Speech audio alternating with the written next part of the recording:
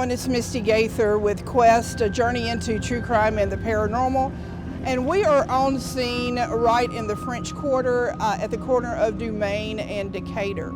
As you can tell, you can hear the sounds of New Orleans around us. We have the traffic, we have the horse and carriage, but I'm not here to talk about that. I am here to talk to you about what happened on January the 1st, 2016.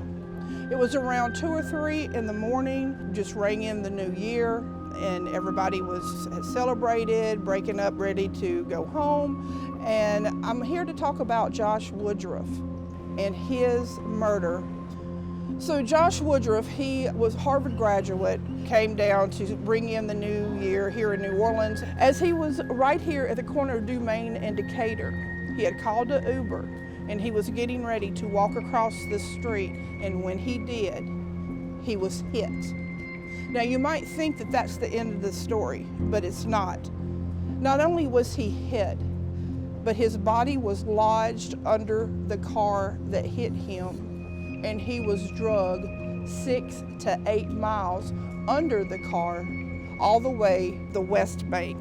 So if you can imagine, you try to put yourself in the place of his parents, and you really can't. That is one of the most horrible things that you can go through, is having to bury a child of your own.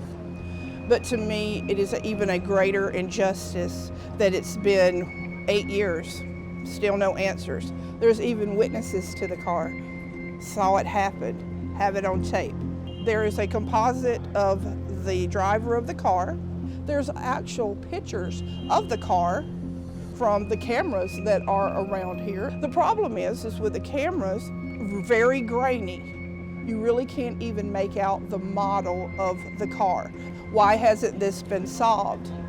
It's easy to blame law enforcement and say, well, they should have did this and they should have did that. That's probably true. But the thing is that if there's witnesses and there's people that knows where this car is and knows where this person who was driving the car is, and they do not speak up, that is a greater injustice.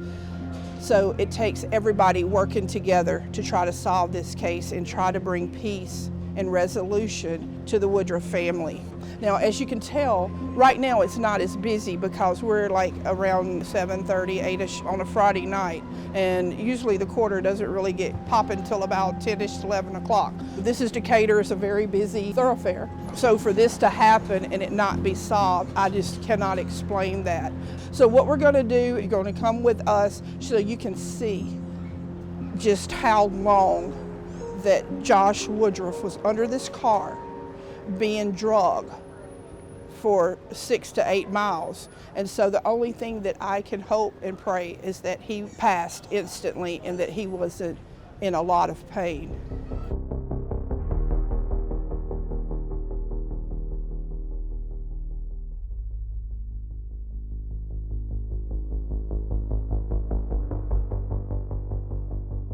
I'm here to show you the gravity and the realization of what this individual, what they went through. And it just really I don't know, some cases stick with you more than other cases. You know, all of them are sad and all of them get to you. I know that there was 2 witnesses. They're the ones who gave the description that the composite was made from. There's even a green dragon-looking tattoo, something with wings, and you have the cameras. You really can't tell the make of the vehicle. So how long ago did we start? Probably about, 4 minutes you think ago, 5 minutes ago? 6. 6, okay. So 6 minutes, you have to think, right under here.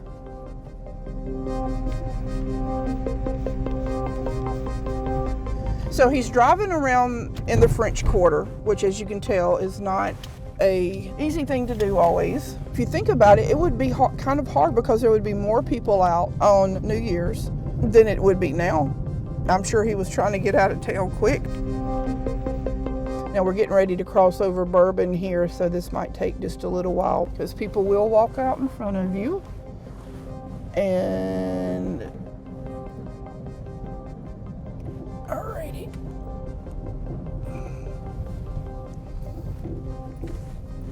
So keep in mind that the body is still under the car being drugged, even at this point, 8 minutes later.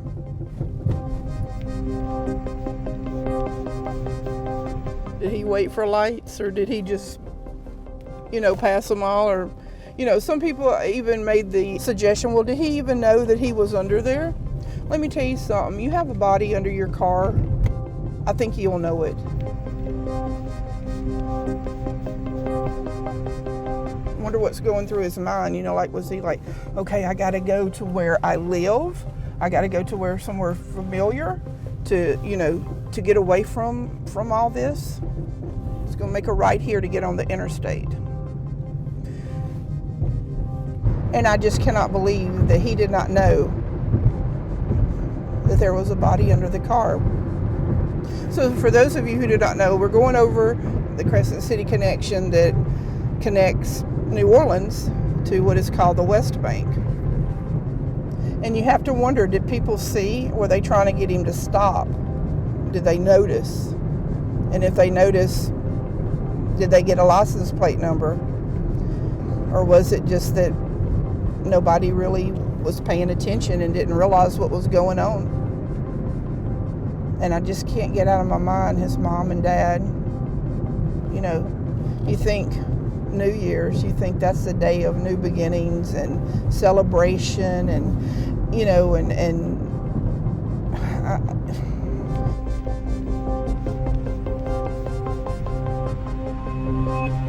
Okay, we're coming up on General de Gaulle Drive. So I don't know if his body was dislodged before the actual exit or right as you get off. So we're just going to do both so that you can kind of see what's going on.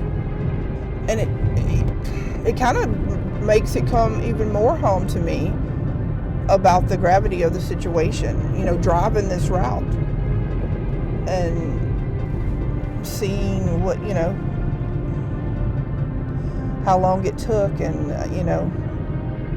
all the turns and corners. And, I pray for the Woodruff family. I pray that there's a resolution to this. I pray that they find peace. I pray that Josh is at peace. And I pray that this gets solved. And prayers are good, but it also takes somebody coming forward that may know something. So that's my hope, is by doing this, maybe somebody, will come forward or know something. Or even if maybe you think something you saw really didn't matter, but maybe it does. So thank you, everyone. Till next time, have a good night.